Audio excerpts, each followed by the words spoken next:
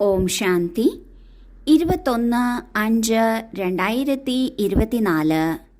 ഇന്നത്തെ മുരളിയുടെ main points.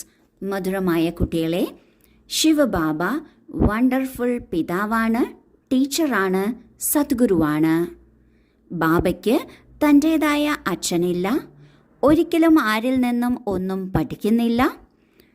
ബാബയ്ക്ക് ഗുരുവിൻ്റെ ആവശ്യവുമില്ല.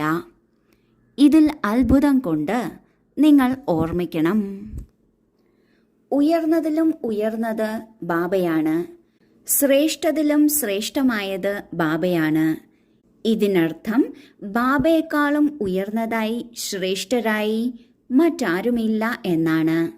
അതായത് ബാബയാണ് നമ്മൾ ആത്മാക്കളുടെ എല്ലാം അച്ഛൻ, നമ്മൾ ആത്മാക്കളുടെ എല്ലാം ടീച്ചർ, നമ്മൾ ആത്മാക്കളുടെ എല്ലാം സദ്ഗുരു. ബാബയ്ക്ക് ഒരച്ഛനോ ടീച്ചറോ സദ്ഗുരുവോ ഇല്ല. ബാബ എവർ പ്യോറാണ്.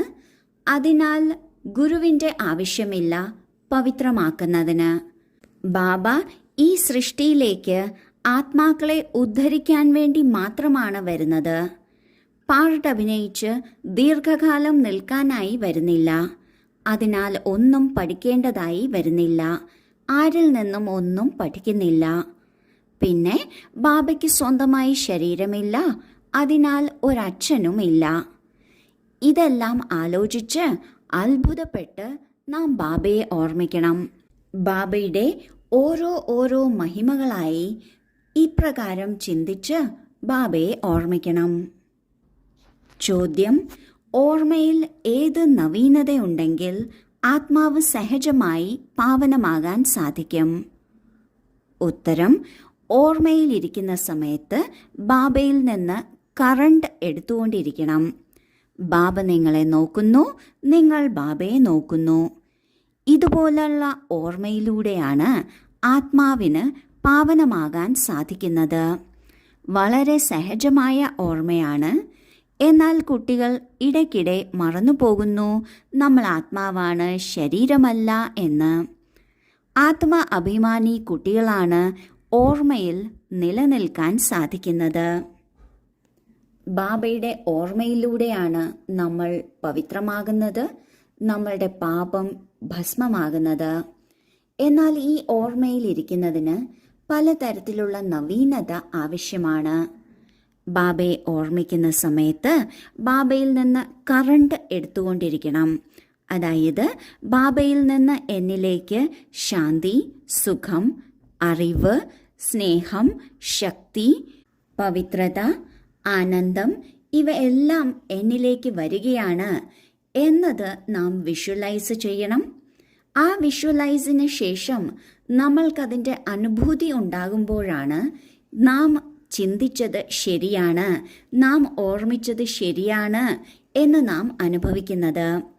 നമ്മൾ ബാബയെ നോക്കിക്കൊണ്ടിരിക്കണം, ബാബ നമ്മളെയും നോക്കിക്കൊണ്ടിരിക്കുകയാണ്. ഇപ്രകാരം ആത്മാവ് ശുദ്ധമായി വരുന്നു. വളരെ സഹജമായാണ് ബാബയെ ഓർമ്മിക്കേണ്ടത്. ഇപ്രകാരം സഹജമായി ഓർമ്മിക്കുന്നതിന് നാം ആത്മാവാണ്, ശരീരമല്ല എന്നത് നാം ഓർമ്മിക്കണം.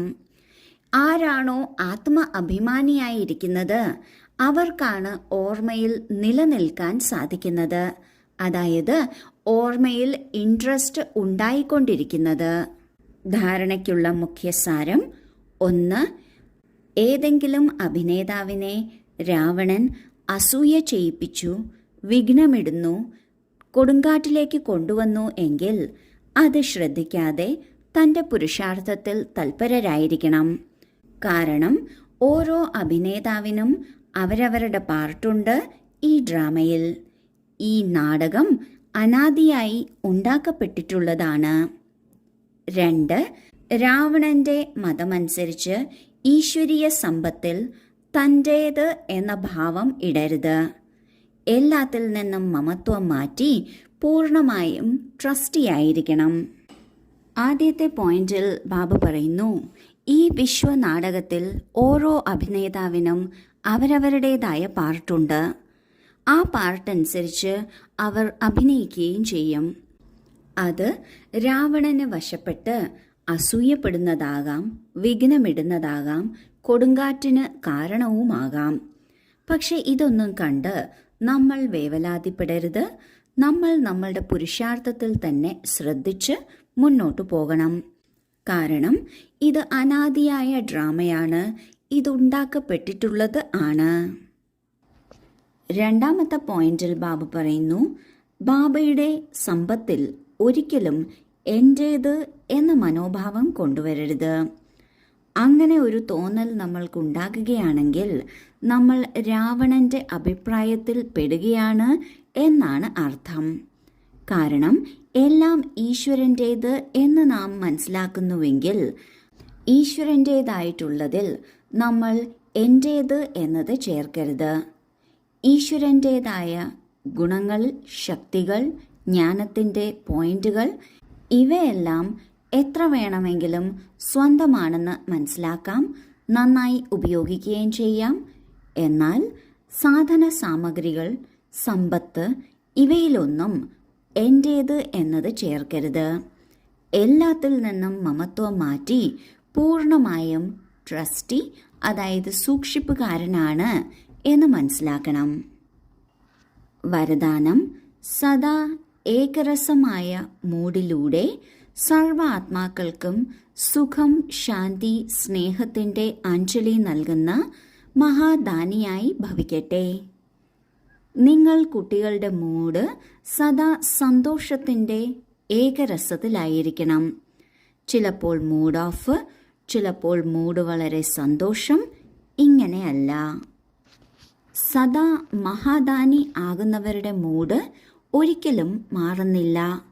ദേവതയാകുന്നവർ അർത്ഥം നൽകുന്നവർ. താങ്കൾക്ക് ആരെന്ത് നൽകിയാലും താങ്കൾ മഹാദാനി കുട്ടികൾ എല്ലാവർക്കും സുഖത്തിൻ്റെ അഞ്ജലി, ശാന്തിയുടെ അഞ്ജലി, സ്നേഹത്തിൻ്റെ അഞ്ജലി നൽകണം. ശരീരത്തിൻ്റെ സേവനത്തിനോടൊപ്പം മനസ്സിനെയും സേവനത്തിൽ ബിസിയാക്കി വെക്കണം. എങ്കിൽ ഡബിൾ പുണ്യം ശേഖരിക്കപ്പെടും. ബാബയുടെ കുട്ടികൾ ദേവീ ദേവതകളാകാൻ പോകുന്നവരാണ്. ദേവീ ദേവതകൾ എന്നാൽ നൽകുന്നവർ എന്നാണ്. ഇങ്ങനെ സദാ മഹാദാനിയായിട്ടുള്ള കുട്ടികൾ അവരുടെ മൂഡ് ഒരിക്കലും വേറെ വേറെ ആയിരിക്കില്ല. സദാ സന്തോഷത്തിൻ്റെ ഏകരസമായ മൂഡായിരിക്കും. ആ ഒരു സ്ഥിതിയിൽ മുന്നോട്ടു പോകുമ്പോൾ എല്ലാവർക്കും സുഖത്തിൻ്റെയും ശാന്തിയുടെയും സ്നേഹത്തിൻ്റെയും തുള്ളിവെള്ളം നൽകാൻ സാധിക്കും. ഇപ്രകാരം ശരീരം കൊണ്ട് നാം സേവനം ചെയ്യുന്ന സമയത്തും മനസ്സുകൊണ്ട് ഇവ ദാനം ചെയ്തുകൊണ്ടിരിക്കുകയാണ്, സേവനത്തിൽ ബിസിയാക്കി വെച്ചിരിക്കുകയാണ് എങ്കിൽ ഡബിൾ പുണ്യം ശേഖരിക്കാൻ സാധിക്കും. സ്ലോഗൻ: താങ്കളുടെ വിശേഷതകൾ പ്രഭു പ്രസാദമാണ്. അവയെ സ്വയം പ്രതി മാത്രമല്ല ഉപയോഗിക്കേണ്ടത്, അത് വിതരണം ചെയ്യൂ, വർദ്ധിപ്പിക്കൂ. ബാബയിൽ നിന്ന് എന്ത് വിശേഷതകൾ ലഭിച്ചുവോ, എന്ത് ഗുണങ്ങൾ ലഭിച്ചുവോ, ശക്തികൾ ലഭിച്ചുവോ, ജ്ഞാനത്തിൻ്റെ അനുഭവം ലഭിച്ചുവോ, ഇതെല്ലാം പ്രഭു പ്രസാദമാണ്. അതായത് ഈശ്വരനിൽ നിന്ന് ലഭിച്ച സമ്പത്താണ്. ഇത് സ്വയം നമ്മളുടെ മാത്രം സന്തോഷത്തിനും ഉന്നതിക്കും മാത്രം ഉപയോഗിക്കാതെ മറ്റുള്ളവർക്കും ഇത് വിതരണം ചെയ്യണം. ഇപ്രകാരം വിതരണം ചെയ്യുന്നതിലൂടെ ഇത് വർദ്ധിക്കുകയാണ് ചെയ്യുന്നത്, അതുപോലെ വർദ്ധിപ്പിക്കുകയും ചെയ്യണം. ഓം ശാന്തി.